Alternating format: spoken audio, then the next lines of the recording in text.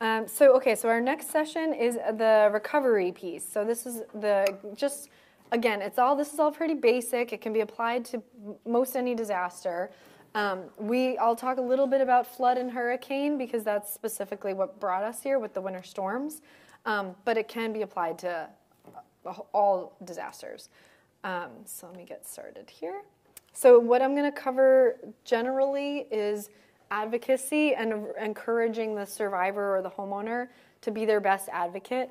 I say this is like my number one takeaway when I do these sessions for survivors. Typically I do these sessions for survivors, less for the nonprofit sector, but it's obviously very easily applied.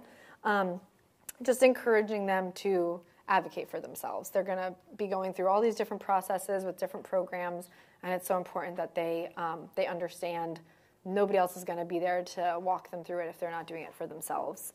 And then documentation, and that it's a marathon, not a sprint.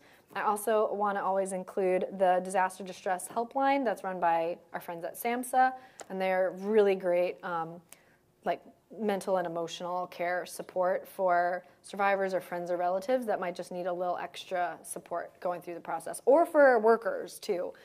They do a really great support piece or even training if you want for your own teams to help your team kind of have some self-care and protective. We call it wearing your hard hat because we like to have like these little sayings for all of our values, but it's a really good visual of wearing your hard hat, protecting yourself. So this is the agenda. I'm going to go through what you can expect, a bit about insurance, avoiding contractor fraud, muck and gut, and mold. Okay, so Valerie Brown, thank you for helping me get all of this information. You'll see there's some local information on here. I know that this is not an exhaustive list, and there are so many more resources out there, but this is some of the basic areas that you can encourage your caseworkers or your team or survivors to be reaching out to and looking for. This is kind of like a holistic wraparound of services, but there's some good content here for folks. And you're going to get the slides too, so just if you didn't come in earlier, we're going to be sending out the slides after. Okay, so some financial resources. Of course, this is going to definitely vary by individual, so we want to put that out there. But when a survivor's going through the recovery process, first and foremost, there's like the main kind of buckets of where they're going to get funding or financial support. Number one is going to be their insurance. That should be, if they did it appropriately and properly, they should be able to access as much money as they hopefully need for their home. After that, it's going to be FEMA, which is going to come in. I think I have some folks here from FEMA. If you are, hi, yeah, thank you. So those folks from FEMA are going to be able to, at least give them some support for safe and sanitary living conditions, just to get them started. My colleague Claire is going to do the full appeal training later, but that's an important piece of the recovery for survivors. SBA, Small Business Administration. I get asked that question all the time. Why is the Small Business Administration supporting? And I can understand why that would be confusing, but I explained that obviously it was turned on after disasters, and they work with FEMA as sort of like the credit support piece of the FEMA application. And then charitable aid, that's the philanthropic sector that most of us are involved in. Other sources of assistance, though, there's mortgage forbearance, disaster unemployment assistance, disaster SNAP for anybody who now needs some food support. Everything in their fridge is done and gone, so now they need to be able to go to the store and get food. DSNAP is a really great avenue for that. And then some farm and agricultural assistance programs and loan hardship forgiveness programs. So here, what I like to really focus in on here, this is the list of obviously all the lenders, but what's most important, especially right immediately after disaster, even when you're still kind of in response, is that survivors, renters and homeowners alike, are immediately calling anybody they get a bill from. You get a student loan bill, you get an auto bill, you get your mortgage, whatever, credit card. Call everybody right away, tell them what you've just gone through, you're not living in your home anymore, et cetera, et cetera. See if they have any deferment or forbearance programs. Those are going to be able to either, stop their interest from accruing, or, maybe it's going to continue to accrue, but they don't have to make payments on it. So just making sure that they're in touch immediately with all their lenders and bills will help them hopefully kind of alleviate some of the financial pressure that they're going to feel right after a disaster. Okay, and then, so this is applicable to any program, every program, NGOs included. So the 4 kind of pieces here when you're working with survivors and clients: proving you are who you say you are, proving you had damage to the home that you lived in, proving that you actually do own the home, you have clear ownership and title, and then that you are at the income that you say you're at. So there's a whole bunch of different ways that I've outlined on here to prove those 4 things. Social Security, of course, financial information, bank statements. You want to help survivors do that as soon as possible. If their mortgage and title and everything was damaged in the storm or fire, go and get in touch with your bank or your mortgage lender and try to get certified copies of those things now. Insurance, everything included there, so that this way when they go to apply for FEMA or SBA or nonprofit sector support, they have everything available, because everybody's pretty much going to be asking for similar sort of documents. And photos and videos are very key. When I give this session in different ways pretty much all year. When I do it in, like, I think it's March and April, we tell people March and April, or early in the year, are a good period to go do a home inventory. So generally that's a safe, non-disaster-ish season, although I don't know if we can really even say there's disaster seasons anymore. But it's a good time to go through your whole house. Either take pictures, make a Google list, or save it to the cloud or something. But if you're able to put everything down in writing before, that's so helpful after. Hopefully you never need it, but if you do, you have it. Pictures are great, videos are great, so that they have that all on hand, and they're not then stressed with trying to remember everything they had and find receipts. I've got a quick one for you. Sure. First one on there says Social Security number. You don't have to go back. Okay. Social Security number, suppose they don't have one. We have a whole culture that does not have Social Security numbers. Yep. So, I mean, I know that for, I think it's FEMA applications, as long as somebody in the household, if a baby even has a Social Security number, I think the whole household can apply. And folks from FEMA, correct me if that's wrong, but the whole household can apply. If nobody in the household has a Social Security number, I'm going to let Claire, my colleague Claire is going to go all into that later. So I'm going to just pause on answering that. But yeah, it's a good question. Okay, so some tips on working with insurance companies. Again, these are tips that will just generally help support you through working with your insurance companies. Again, it's the same idea, contacting them immediately, having copies of, at minimum, your declaration page, but I learned that you should have a complete certified copy of your insurance policy so that you're able to read everything. You're also going to be, and this kind of ties back into the advocacy for yourself piece, remembering that your claims adjuster is there to work with you and not just hand down, results or denials or appeals or whatever. Like, they're supposed to work with you. They're a business, but they've been paid out by you for maybe years and years, and work with them. And maybe remembering that will help. Written estimates is huge, huge. We're going to get into contractor fraud. I saw tons and tons of it in New York City after Sandy, so I'm very passionate about it. But making sure that you're working with a licensed and insured contractor and getting at minimum 2 bids, because then you can bring that back to insurance and FEMA or whoever else and say, I know exactly what work I need. I know generally the price. You can do your own due diligence and check at Lowe's and Home Depot, make sure the pricing is generally reasonable. Everything is so expensive right now with construction material, and I know that, but at least if the homeowner or renter is aware, they can be a little bit more empowered to make good decisions. Yep, James? I was just going to say, unfortunately, things are getting very difficult in California because we just had 2 big insurance companies say they will no longer cover fire insurance. That's huge. The other part of that is you mentioned it, you said licensed contractors to take care of situations. Scams are just horrible out here, and I'm glad you brought that up. Thank you. Thank you. Yeah, we're going to speak a little bit more to the contractor fraud piece. I don't know, Valerie Brown, if you have more information about the fire, what did you mention, the insurance companies pulling out from the two major ones? If you want to speak to that. There's two big insurance companies that they will no longer write fire insurance for housing.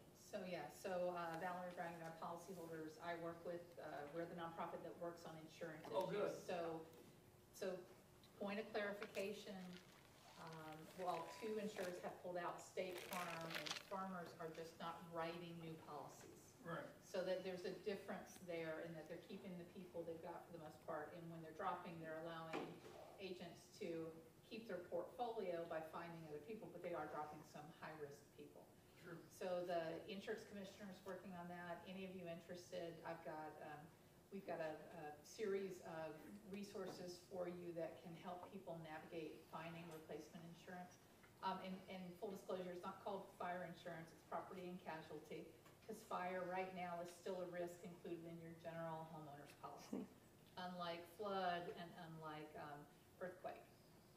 So if you need that resource, just grab me afterwards. I'll send you the email. You can put it out to all of your people, put it on your website, borrow whatever we give you. Yeah, because right now the federal government can give you a policy under the FAIR Act, and that's That's the state government, yeah. and that's just absolutely just horrible. That's why I was saying.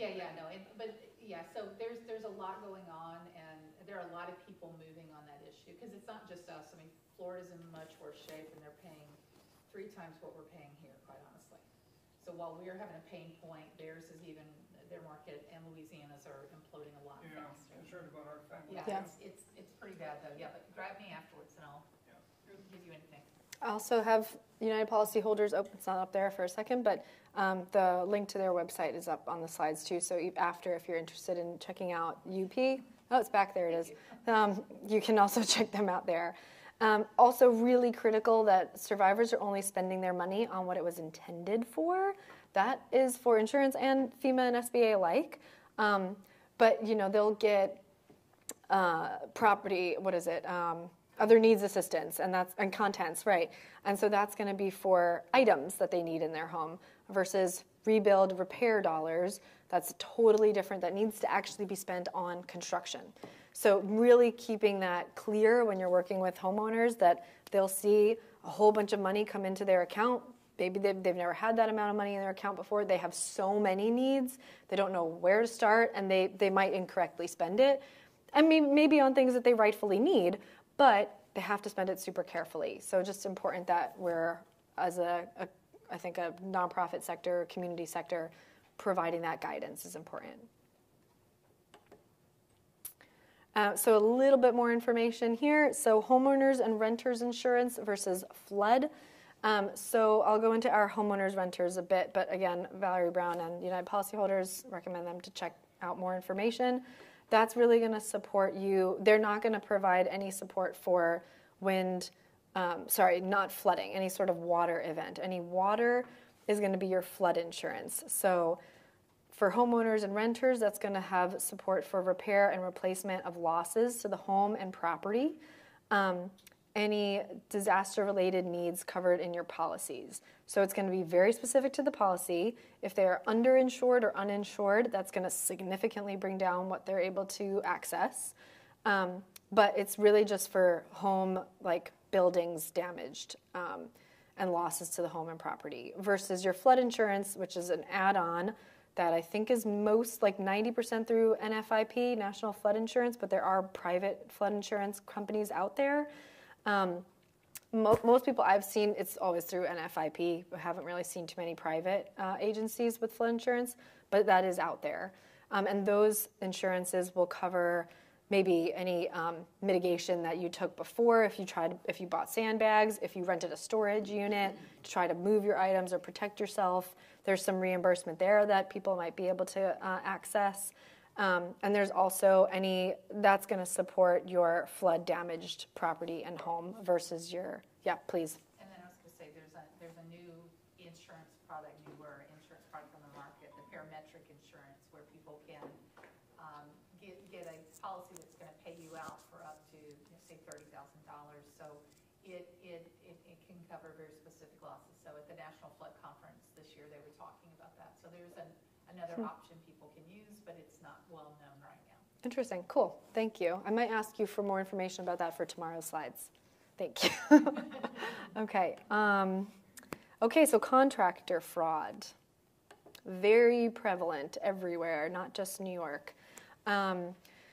Really important that they're doing their due diligence. There's so many ways. There's all the licensing and insurance boards you can go in and make sure that your contractor is licensed.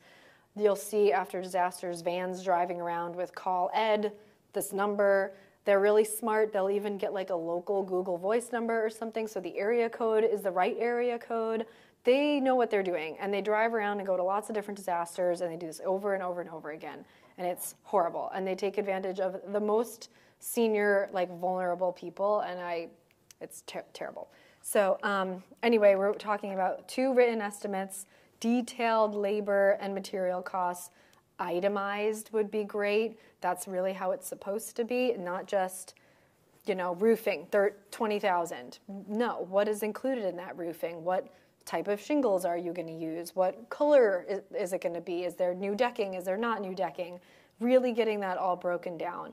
And then they don't need to disclose their settlement amounts to anybody. It's like telling a stranger your salary. You wouldn't do that, so why would you tell your contractor? As soon as they know how much you're making, all of a sudden your repairs are going to cost that amount. So if you tell them that information, they'll use it negatively against you. So important to not share that. And then if you do experience fraud, we talk a lot about keeping everything documented. Getting a police report is kind of like your receipt for the fraud that was committed on you. So if you have that police report, then when, if years from now DR dollars come out, CDBG DR dollars come out down the line, or you're getting audited by FEMA or whoever, you have that police report to show them this is what happened to my $20,000. I didn't buy a boat, it was taken from me. They shouldn't be soliciting. They shouldn't be, I've literally seen estimates written on paper, scrap paper, and napkins and things. No, everything needs to be on their licensed and insured letterhead in writing with itemized list. You should also not, go ahead. One thing for California law, they're not allowed to ask for a deposit. It can be up to 10% or $1,000, but not to exceed the $1,000. And just a reminder in talking to your people, that's key. Because I'm amazed how many people say, I wrote my contractor a check for $5,000. Nope. You're never going to see that money. No. You should, we recommend in thirds, pay them in thirds. If you need, if you're working with somebody who's saying, we can't even get started until you give us $1,500, their business model is not such that you want to work with them anyway. They should be able to front that and start the work. They can't ask you for more than $1,000 anyway. See, I love that. I wish other places actually incorporated that because it's super smart. But yeah, if you were out of California and they didn't have that requirement, they should not be paid up front, even partially. Let them go and do the work, then you lay eyes on it, make sure you're actually happy with it, and then you could pay them partial amount. Not signing over your claim check. Again, they'll just take that and you will never see them again. And deposits to hold your place in line. That's definitely a real thing. Where they'll say, we are so inundated with work right now, really important that you give us a $500 deposit, hold your place. Not something that contractors are allowed to do or should be doing. Protecting yourself against fraud. So this is them taking their money and disappearing with it, not completing work or completing work that is below par and not safe and sanitary. If you paid for, wood countertops and you see that they've put in, or hardwood cabinets, and you see that they've put in composite and they're giving you a song and dance, you want to make sure that your survivors are empowered to argue that. And working without permits and licensing, I know California has very different permitting and licensing regulations. I'm not the expert on that, but I will, again, point you to Valerie Brown and be able to give some more information there. And talking to your insurance agent before making permanent repairs. That's especially important with SBA. If folks get an SBA loan, they are not able to do really upgrades to the home unless it is something related to code. So if there's code things that need to be upgraded or changed, SBA loans obviously are able to support that. But if it's just I want granite countertops. That is not typically something that your SBA loan can pay for, which maybe goes without saying, but yeah, it happens. And we also have a contractor fraud guide on our website. I didn't print it, so it's not in the packet, but you can check it out on the website. And then before hiring a contractor, I included on here California's licensing website.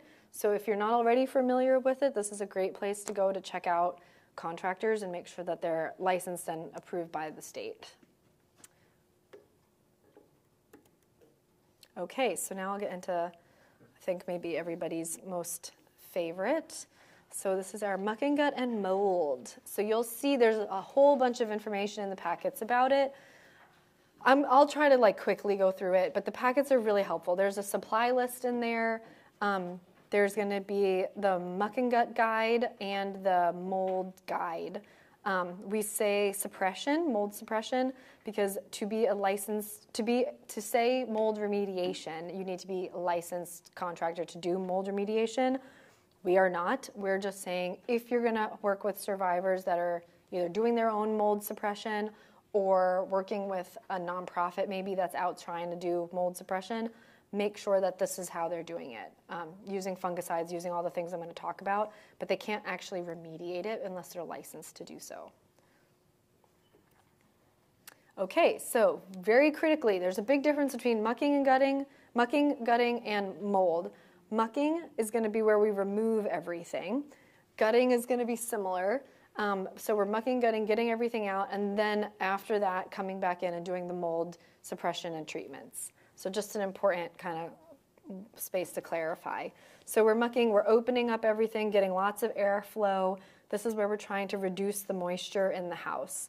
I'm going to get into some other ways to check that, but reducing moisture, getting everything out that's been touched by the water or debris, rain if there's been rain that's come into the home, or flood water if it's coming up from the outside and the floor, really getting that space dried out.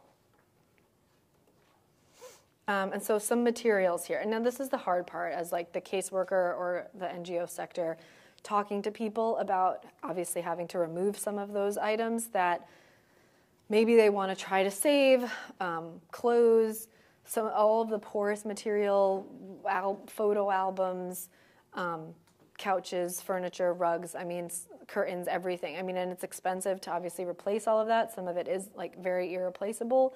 I think the CDC has a really good link, which I can send out too, but the CDC has a link that lists how to properly clean some of the most like memorable items. So like photo albums, if they're damaged to this extent, this is how you can clean them. If they're damaged beyond this extent, you have to discard them. But I'll include that in my notes after, but there's some good content there on actually how to clean it. But generally, anything porous that touched the water or debris is going to have to get removed. And then obviously non-porous items, your ceramic toilets, your sinks, PVC, vinyl, solid wood generally does pretty well, depending on how long it was underwater. But so those are things that are more salvageable. Okay, so general overview. So we're removing the materials that got wet or moldy. That's going to include anything from your cabinets, trim, doors. Your trim and your doors might have only hit, maybe 2 to 12 inches of water, but that mold and wetness is going to travel up the whole door and trim. So all of that needs to go. And folks, more often than not, want to keep those things because they think it's fine. It was only under 2 inches of water.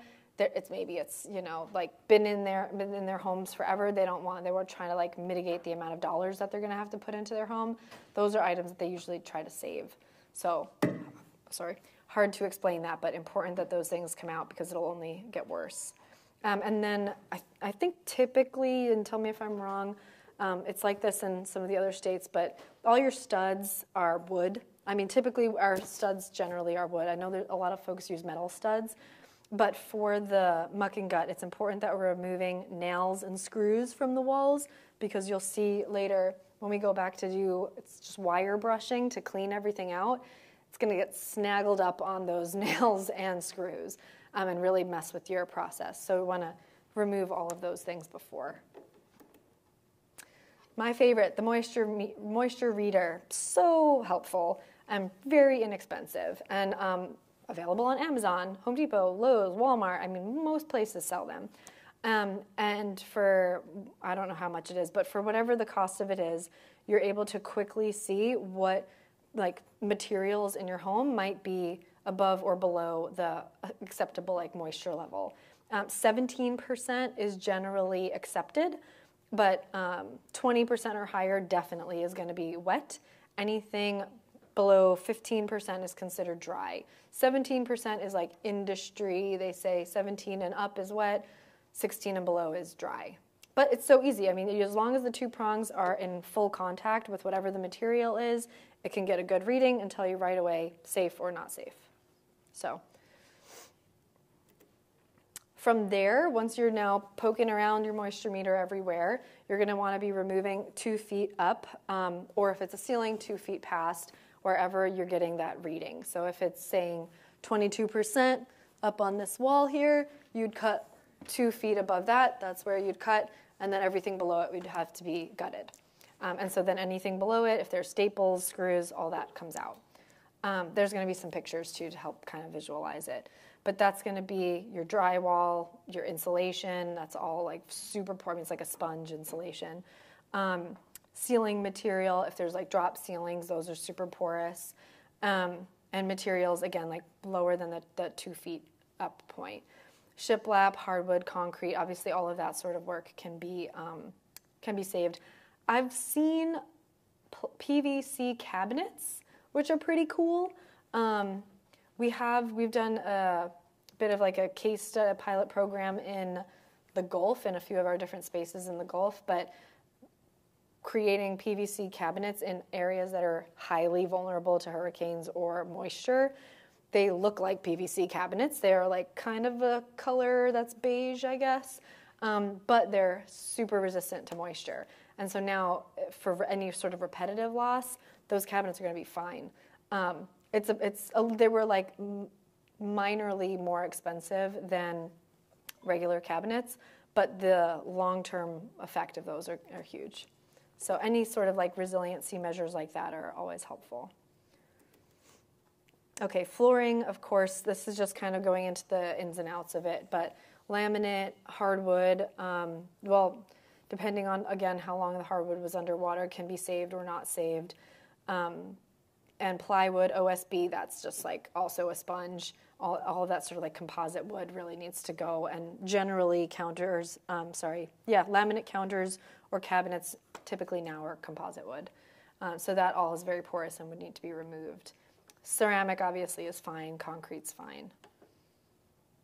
HVAC, really critical that we're getting the HVAC systems inspected before turning them back on so that we know that there's no mold or mildew or pore or spores, anything in there. Because I think people are really eager to get into their homes, especially if they only had an inch or two of water. But their whole HVAC system might be full of mildew and them not realize it. And they want to turn it back on, cool down the house. It's like the worst thing you can do because it's going to spread around all the spores everywhere. I think it goes without saying, but electrical, really critical that you make sure that that's inspected and safe to turn on before you go and plug anything back in. So here's some pictures. These are specific to hurricanes and floods, but again, it's that 2-foot rule. So wherever you had the water line, you're going to go 2 feet past that.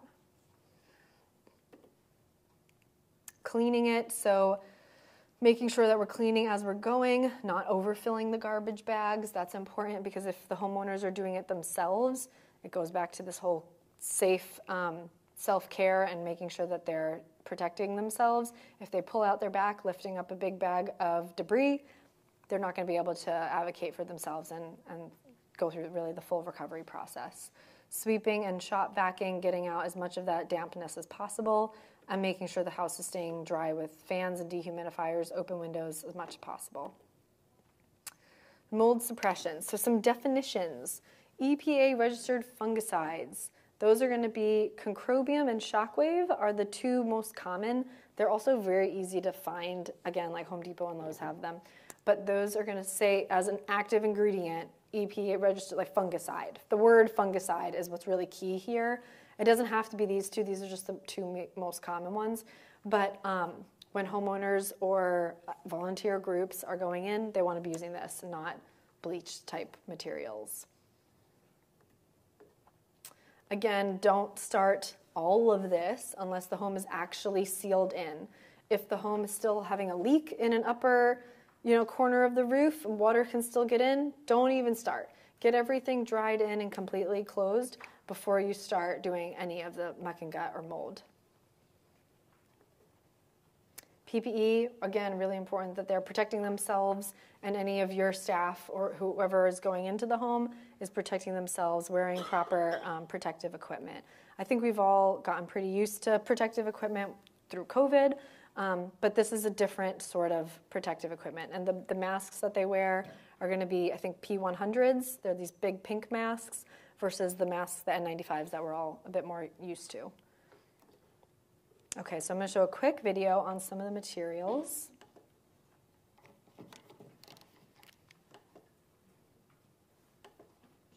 Or am I?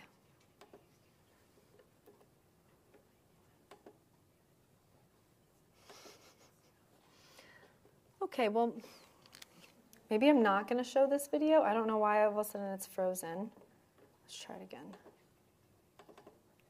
Okay, we're going to skip it. Anyway, what you can see in that picture is the P100 mask, the pink mask there. Chris is just going over what the materials are.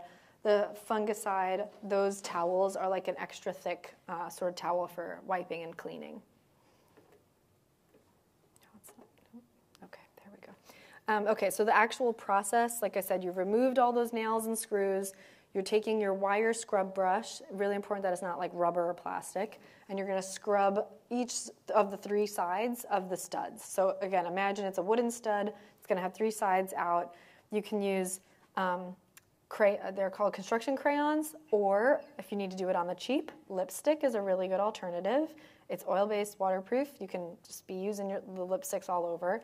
And you're going to scrub each side and then mark it with an X with the lipstick or the crayon, so that then when you go back later, you know exactly which sides have been scrubbed.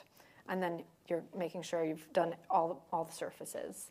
Also, the bottles themselves are going to have like dilution in recipes, I guess, or directions. And so you want to make sure you're following those directions, applying it super liberally.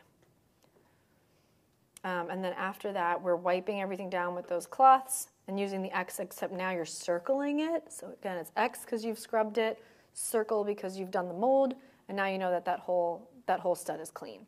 So there's the method behind this madness, but the idea is if you need a break in the middle of it, you can step out and go back in and start again.